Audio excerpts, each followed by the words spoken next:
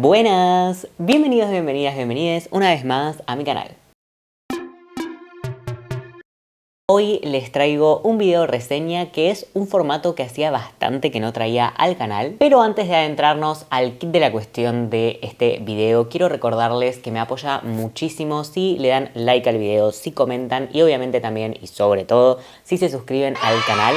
Por supuesto que si sienten que hay otra persona que conocen que podría gustarle el contenido y quieren compartirle el perfil, me vendría genial. Y también les invito a pasarse por el Instagram, que les voy a dejar el link en la cajita de la información. La verdad es que últimamente lo estoy activando un montón, subo historias prácticamente todos los días y además estoy como mínimo subiendo una publicación por semana. O sea, si no más, sí o sí tienen una publicación por semana. Me apoyaría muchísimo si tienen ganas de mostrarme que a ustedes les copa el contenido. Dicho todo esto, ahora sí quiero pasar a, primero que nada, contarles un poco de qué trata el libro, presentárselos, porque si bien siento que es un libro que es muy conocido, puede ser que haya gente que me esté viendo que jamás lo leyó, jamás se interesó en saber de qué trataba o que no lo conoce sencillamente. Así que primero que nada, bien, presentación. Hoy vamos a estar reseñando After 0 antes de ella. Es un libro que fue escrito por Anna Todd y es parte de la saga After. La saga After se compone de 4 libros en su plano troncal, o sea, la saga principal son 4 libros. Este sería el 0, o sea, un libro que vendría antes del primero. Por si se lo están preguntando, si se están preguntando, Fede, ¿por qué leíste After y lo estás reseñando en 2025? Si es un libro que nos dijo adiós en 2016 como mucho. Resulta que para un video de YouTube me puse a leer libros que tenía pendientes hacía muchísimo tiempo en mi biblioteca y definitivamente After 0 es uno de esos, o sea, cumple totalmente los requisitos, así que fue incluido en el video y lo leí. Vamos a pasar a, primero, resumir un poquito de qué trata After, qué nos cuenta After. Bueno, la saga principal habla de la historia de Tessa y Hardin, que son dos universitarios que se conocen justamente en la universidad porque concurren a la misma. Tienen acercamientos a la vida completamente diferentes. Por un lado, Tessa es un personaje que está planteado como una persona súper inocente, que trata de mantener los modales en todo momento, que es amable, que es tímida, que es recatada, que además está saliendo con un chico hace muchísimo tiempo y nunca tuvo ningún acercamiento sexual con él porque quiere esperar hasta el matrimonio, o al menos eso es lo que se nos deja entrever. Estoy aclarando esto porque es importante para la trama y para lo que voy a reseñar. Y por el otro lado, Hardin es el típico chico malo, pero se pasa 3 pueblos con ese personaje. Es como que se comió el cuento muchísimo. Es originariamente de Londres, pero ahora está estudiando en Estados Unidos. Tiene un montón de tatuajes, ha tomado a lo largo de su vida muchísimo alcohol, ahora está como tratando de estar sobrio, pero no realmente. Además se junta con gente que más o menos hace lo mismo que él. Es muy malo sobre todo, y esto es muy importante, lo estoy mencionando también porque es muy relevante para el personaje. Es muy malo con las mujeres y tiene muchísimo sexo casual. Pero no hay nada inherentemente malo en tener mucho sexo casual, solo que él lo toma como una forma de llenar su vacío y además no solo lo usa para eso, sino que maltrata tanto directa como indirectamente. La forma en la que habla de esas mujeres es totalmente machista y misógino. Y ellos se van a conocer porque él es parte del grupo de amigos de la compañera de habitación de Tessa, o sea, la compañera que le asignaron aleatoriamente. Y van a empezar a tratar con sus amigos de ver quién de, sobre todo 2 de ellos, puede estar primero con Tessa, o sea, quién puede ganar su virginidad. Y al medio de esta apuesta que están haciendo, Hardin se da cuenta de que lo que siente por Tessa es diferente y que él está enamorado y que la ama y que es el amor de su vida y que en realidad él quiere dedicarse a cambiar por ella y no sé qué. Bueno, esa sería como la trama de la saga principal. Ahora, ¿qué nos plantea este libro? O sea, el libro que venimos a reseñar. Es un libro que tiene 3 partes. Está dividido primero en una parte que es antes de ella, o sea, se llama Before, y básicamente nos cuenta escenas desde el punto de vista de Hardin, nos cuenta escenas de la vida de Hardin y del pasado de Hardin antes de conocer a Tessa, o sea que estarían situados antes del primer libro de la saga. Después tiene otra sección que es durante y que justamente son escenas del primer libro, o sea que suceden durante el primer libro, pero en vez de estar contadas desde el punto de vista de Tessa, están contadas desde el punto de vista de Hardin. Y por último tenemos escenas que son de después, que no solamente están contadas desde el punto de vista de Hardin, o sea, creo que hay 1 o 2 escenas que son desde el punto de vista de Hardin, pero también sabemos cómo siguen algunas de las historias de otros personajes que aparecen a lo largo de la novela, ya sea amigos de ella, amigos de él, o personajes en común, familia, etc. Esa sería la trama. Ahora sí pasemos a la reseña. Tengo acá mis notitas para no olvidarme de nada de lo que quiero decir. Primero quiero empezar diciendo sorprendentemente algo positivo. Yo esperaba que este libro no me entretuviera. O sea, realmente pensaba que leer este libro iba a ser un chiste prácticamente. O sea, como que me iba a entretener solo desde el lado de reírme de lo malo que me parecía o reírme de lo terrible que me parecía o lo problemático que me parecía. Pero no, genuinamente también es entretenido. Creo que la autora tiene mucho talento. Por ejemplo, algo que hace muy bien, al menos hasta la mitad del libro, ya después es como que recae muy en la repetición de lo mismo. Es un libro que repite muchas escenas sexuales constantemente y es bastante denso. Sobre todo se nota esa repetición después de la mitad, porque antes, o sea, en la primera mitad, tengo que destacar que la autora siento que sabe entretejer bien lo que es trama, por un lado, drama personal y trauma. Y no solo drama personal, sino en la misma relación, o sea, sabe cómo mezclar drama interno o peleas internas que puedan tener que ver con actitudes de uno o del otro, o trauma que está como tocando la puerta y diciendo tipo, hey, yo estoy acá y voy a aparecer de esta forma, como drama externo, o sea, otros personajes u otras situaciones que hacen que la pareja se pelee o que tenga que distanciarse por aquí, X o por Y. Eso es prácticamente todo lo positivo que puedo decir de este libro. Sacando eso y yendo a las cosas negativas, quiero empezar con lo obvio, que creo que toda la comunidad de BookTube se puso a decir esto en algún momento. No soy el primero ni voy a ser el último. El libro romantiza a Hardin. Romantiza el personaje más sociópata y manipulador y horrible que leí en mucho tiempo.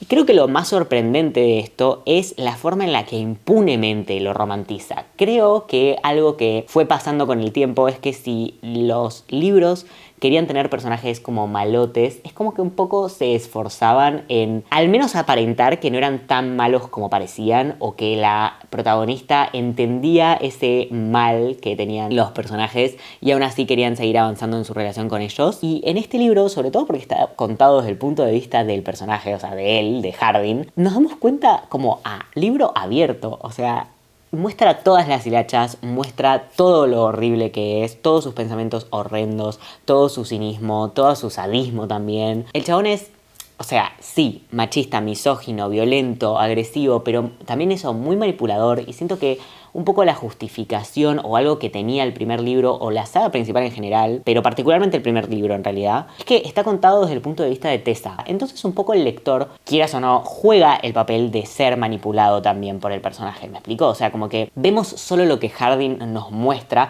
y lo que Tessa interpreta de eso. Entonces un poco tenemos el rol de persona que está siendo manipulada por otra. Y como este libro es desde el punto de vista de Hardin, sabemos todo. Medio que queda...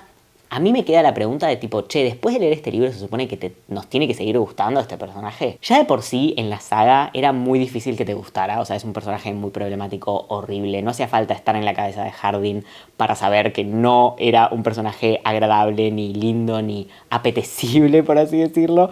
Como que claramente podías ya haberlo cancelado. Pero en el hipotético caso de que posta no te hubieras dado cuenta o que lo hubieras leído con la guardia baja y no le hubieras prestado atención a la cantidad enorme de red flags que hay en el libro con respecto a Hardin. A mí lo que me sorprende es la intención de este libro es realmente como darnos un insight de su cabeza para que nos guste más, para que lo conozcamos mejor y lo entendamos y como que lo queramos perdonar o lo justifiquemos. Porque realmente sucede lo contrario y está perfecto que suceda lo contrario porque es un horror ese personaje, o sea, es realmente malvado. Nos damos cuenta de que tiene cero remordimiento de pensar en las mujeres como objetos de su conveniencia que usa para cuando tiene ganas de usar. Y además, cómo piensa en Tessa. Y acá quiero entrar en otro punto. Me falta como especificar 2 puntos de lo que quiero hablar del libro, pero quiero entrar en otro punto porque es asqueroso y terrible cómo Hardin percibe a Tessa en relación a su virginidad y a su inocencia. Es terrible porque cultural y socialmente hay una cultura alrededor de que la virginidad es algo que el hombre puede reclamar de una mujer y es algo que habla de la pureza de una mujer y de la inocencia. Creo que ya hemos hablado largo y tendido de lo problemático que es de por sí el concepto de virginidad y cómo se lo ha sexualizado y fetichizado muchísimo. O sea, podríamos hablar largo y tendido de eso en general, pero acá nos abocamos a cómo lo plantea el libro y es realmente asqueroso como no solo Hardin, sino también sus amigos y cómo en la apuesta está medio generada también esta situación de jaja, qué divertido, apostemos a ver quién le saca la virginidad a esta chica. Pero además hay un montón de escenas sexuales porque el libro prácticamente, o sea, si son 420 páginas, yo apostaría que unas 200 son escenas sexuales entre ellos o entre Hardin y otros personajes. Realmente es asqueroso que en la mayor parte de esas escenas lo que se glorifica es el nivel de inocencia de Tessa y de cómo no sabe lo que está haciendo. Igual, obvio, paréntesis, también es muy buena porque, por supuesto, el ideal de mujer es que no haya cogido jamás, así vos le podés robar la virginidad,